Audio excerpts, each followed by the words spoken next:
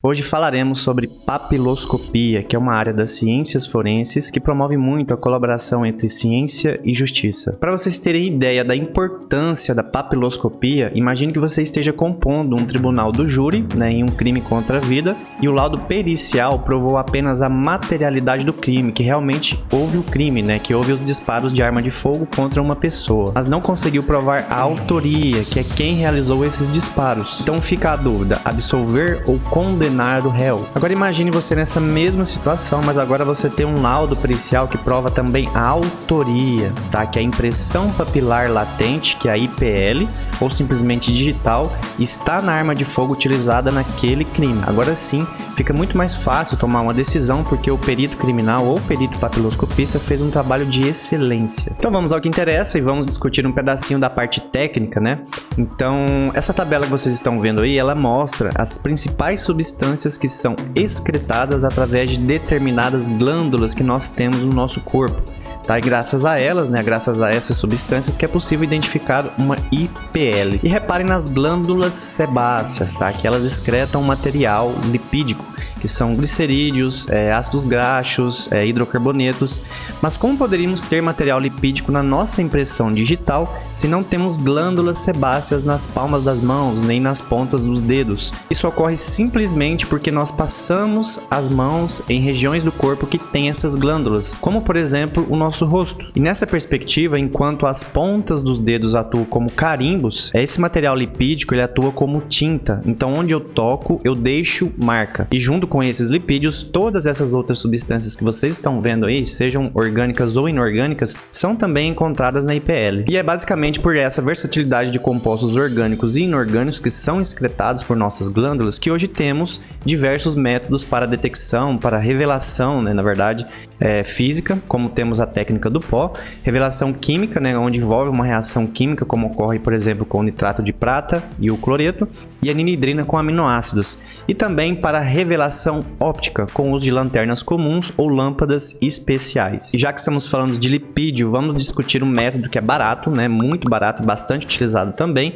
e o melhor de tudo, ele não destrói a IPL, que é o vapor de iodo, É uma técnica utilizada para a revelação de IPL. A maioria dos laboratórios de química orgânica utilizam o vapor de iodo para revelar compostos que já foram eluídos em uma plaquinha de CCD. E na papiloscopia o princípio é o mesmo. E uma das formas de se fazer isso é pegar um saco plástico, encher de iodo ressublimado, que são aquelas bolinhas de iodo, e também colocar o material que contém a IPL dentro desse saquinho. Agora basta fornecer uma energia, para o iodo sublimar, que pode ser através de uma agitação ou de aquecimento. O vapor de iodo vai entrar em contato com a IPL para poder revelá-la em uma coloração acastanhada. Mas e aí, como isso acontece? Qual é a química por detrás disso? Antigamente acreditava-se que o iodo ele se ligava covalentemente às insaturações dos lipídios, que são as ligações duplas encontradas na estrutura molecular dos lipídios, Então, nesse caso, teríamos então uma adição eletrofílica do iodo aos carbonos vicinais dessa ligação dupla,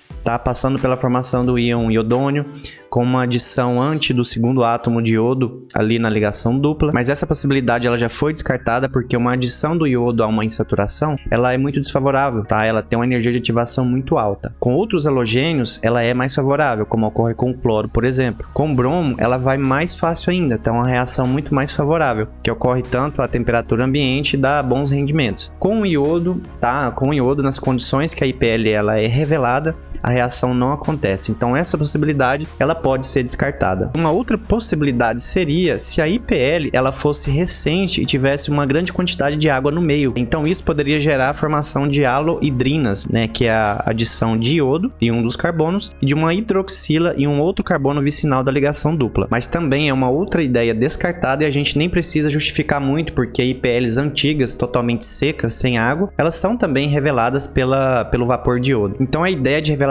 química ela foi deixada para trás, e começa a valer outras ideias. Então, em alguns materiais é comum se ler que o iodo ele é absorvido pelo material lipídico, da mesma forma que uma esponja absorve água. Mas isso não corrobora com as observações experimentais feitas através da revelação com vapor de iodo. Então, uma outra explicação, uma explicação mais racional, ela deve ser feita com base nas propriedades fundamentais tanto do iodo quanto do material lipídico. Cada átomo de iodo possui 53 elétrons distribuídos distribuídos ao redor de seu núcleo, ou seja, o iodo molecular ele é um composto muito grande e isso faz com que ele seja facilmente polarizável. Isso significa que na presença de campos elétricos externos, o iodo, a nuvem eletrônica do iodo, ela é distorcida a ponto de formar um momento de dipolo elétrico, ou seja, o iodo que era apolar, agora ele tem um dipolo induzido, tá? Que foi induzido por um campo elétrico externo.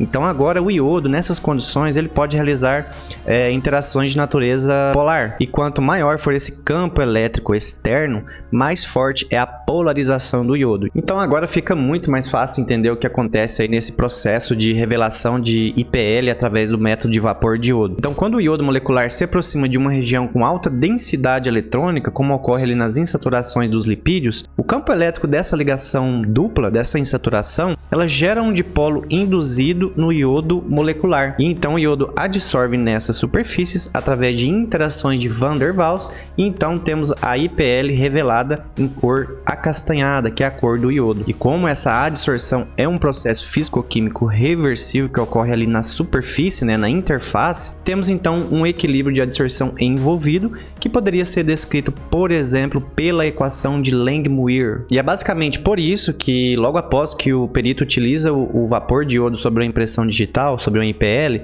é interessante que ele se agilize e tire bastante fotografias ali antes que o iodo ele se desprenda totalmente, tá? Já se ele quiser preservar aquela revelação daquela IPL, ele pode pregar uma fita adesiva transparente sobre aquela IPL revelada para impedir que o iodo sublime novamente e vá embora, tá? E aí você consegue preservar essa revelação aí dessa IPL. E uma outra forma de se preservar essa IPL após o uso do vapor de iodo é utilizar amido ou benzoflavona, até fazer um tratamento com um desses compostos, o que vai dar aí uma coloração escura que facilita a leitura e a fotografia ali daquela IPL revelada. Esse procedimento ele é bastante simples, tá? E o bom é que dá para você utilizar em superfícies complicadas de se trabalhar, como por exemplo superfícies porosas, superfícies rugosas também. Tá, então, para revelação de IPL em uma folha de papel, eu com certeza utilizaria primeiro o vapor de iodo para só depois utilizar um outro tipo de revelador, seja ele químico ou físico. Ainda mais que uma superfície porosa favorece muito o processo de adsorção, porque nós temos uma maior área superficial para essa interação entre o iodo e os lipídios. Então agora vocês já sabem como funciona o teste do vapor do iodo na papiloscopia. Com certeza é um conteúdo que pode ser cobrado na prova de vocês de perito criminal. Teremos mais conteúdos aí nos próximos vídeos e até a próxima.